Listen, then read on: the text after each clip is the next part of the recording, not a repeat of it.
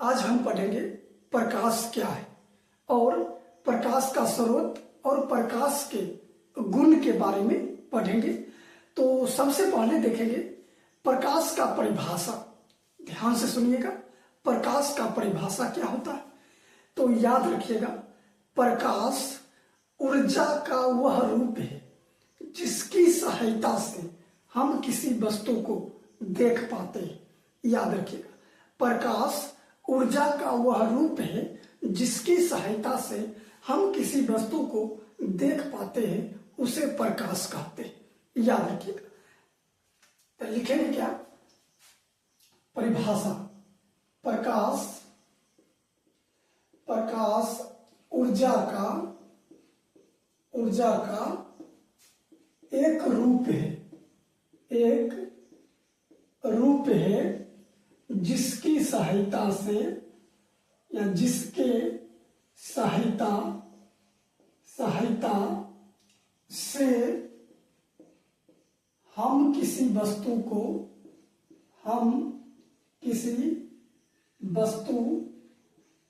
को देख पाते हैं।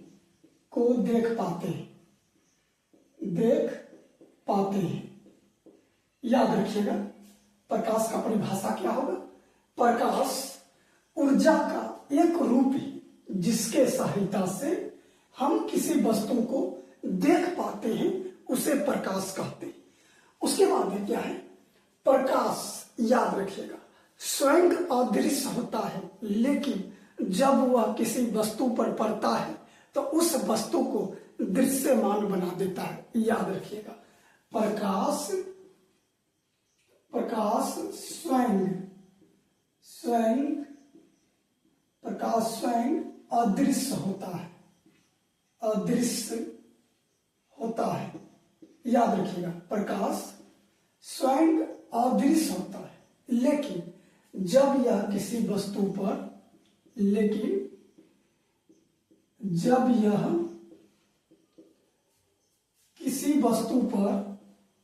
किसी वस्तु पर पड़ता है तो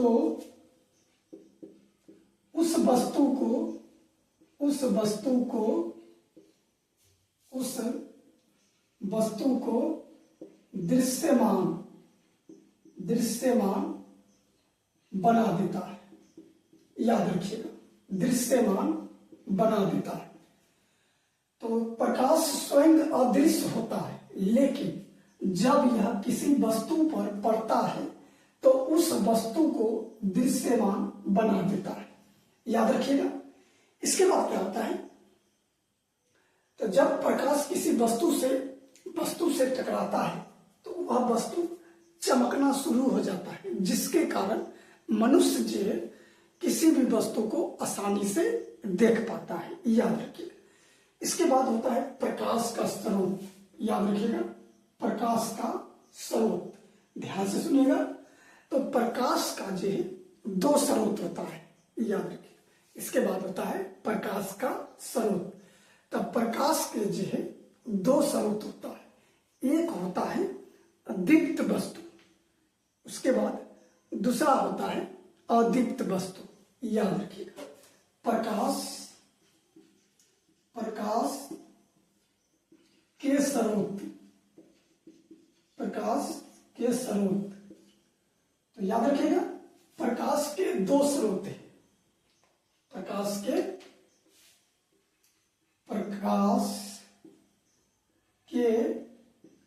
दो स्रोत।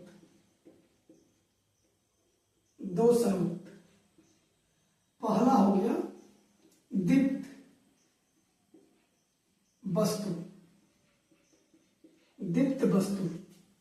अब ध्यान से देखिएगा, दीप्त वस्तु किसे कहते हैं। तो याद रखिए, जिस वस्तु से या जिससे प्रकाश निकलता है या जो जलता है उसे दीप्त वस्तु कहते हैं। जिससे प्रकाश निकलता है या जलता है उसे दीप्त वस्तु कहता है।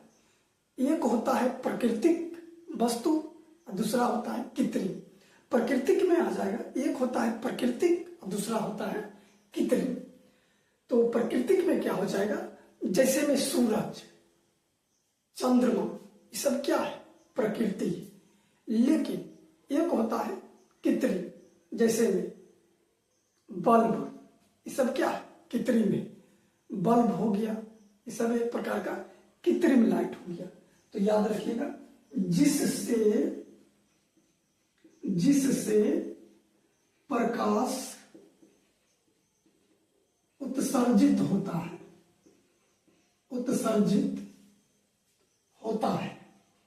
जिससे प्रकाश उत्सर्जित होता है उसे दीप्त वस्तु कहते हैं, जिससे प्रकाश उत्सर्जित होता है उसे दीप्त वस्तु कहते हैं। जैसे में याद रखिएगा, जैसे सूर्य कौमा तारे, उसके बाद जलती हुई मोमबत्ती,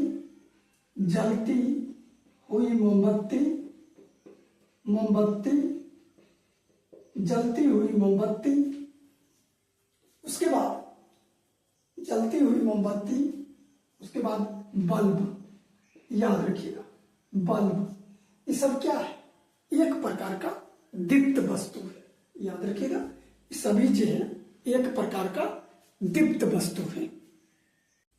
प्रदीप्त वस्तु के बारे में हो गया। अब जो देखेंगे अप्रदीप्त वस्तु के बारे में, तो याद रखिएगा, अप्रदीप्त वस्तु उसे कहते हैं जिससे प्रकाश नहीं निकलता है।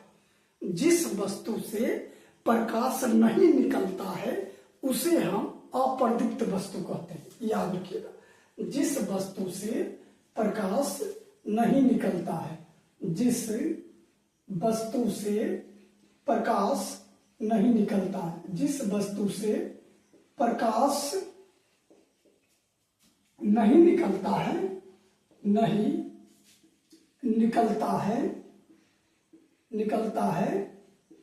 उसे अप्रदीप्त वस्तु कहते हैं। याद रखिए, जिस वस्तु से प्रकाश नहीं निकलता है उसे अप्रदीप्त वस्तु कहते हैं, उसे अप्रदीप्त वस्तु कहते हैं, अप्रदीप्त वस्तु कहते हैं। याद रखिएगा, जिस वस्तु से प्रकाश नहीं निकलता है उसे अप्रदीप्त वस्तु कहते हैं। जैसे में देख लीजिए, मेज, टेबल, कुर्सी, ये सब क्या है, अप्रदीप्त वस्तु है। याद रखिए, यह सभी जो है एक प्रकार का अप्रदीप्त वस्तु है। इसके बाद क्या पढ़ेंगे हम, प्रकाश के गुण के बारे में पढ़ेंगे। याद रखिएगा, प्रकाश के गुण के बारे में, तो ध्यान से देखिएगा। अगला है प्रकाश के गुण, तो क्या होगा, सबसे पहला है प्रकाश जो है हर हमेशा, याद रखिएगा, सीधी रेखा में गमन करता है। याद रखिएगा, प्रकाश जो है हर हमेशा सीधी रेखा में गमन करता है। याद रखिएगा, सबसे पहला क्या हो जाएगा, प्रकाश हर हमेशा सीधी रेखा में गमन करता है, सीधी रेखा में गमन करता है, रेखा में गमन करता है। याद रखिएगा, प्रकाश हर हमेशा सीधी रेखा में गमन करता है। उसके बाद क्या होता है, 2 नंबर, ध्यान से देखिएगा, यह ऑब्जेक्टिव बन रहा है, प्रकाश हर हमेशा सीधी रेखा में गमन करता है। इसके बाद होता है प्रकाश, ध्यान से, प्रकाश निर्वात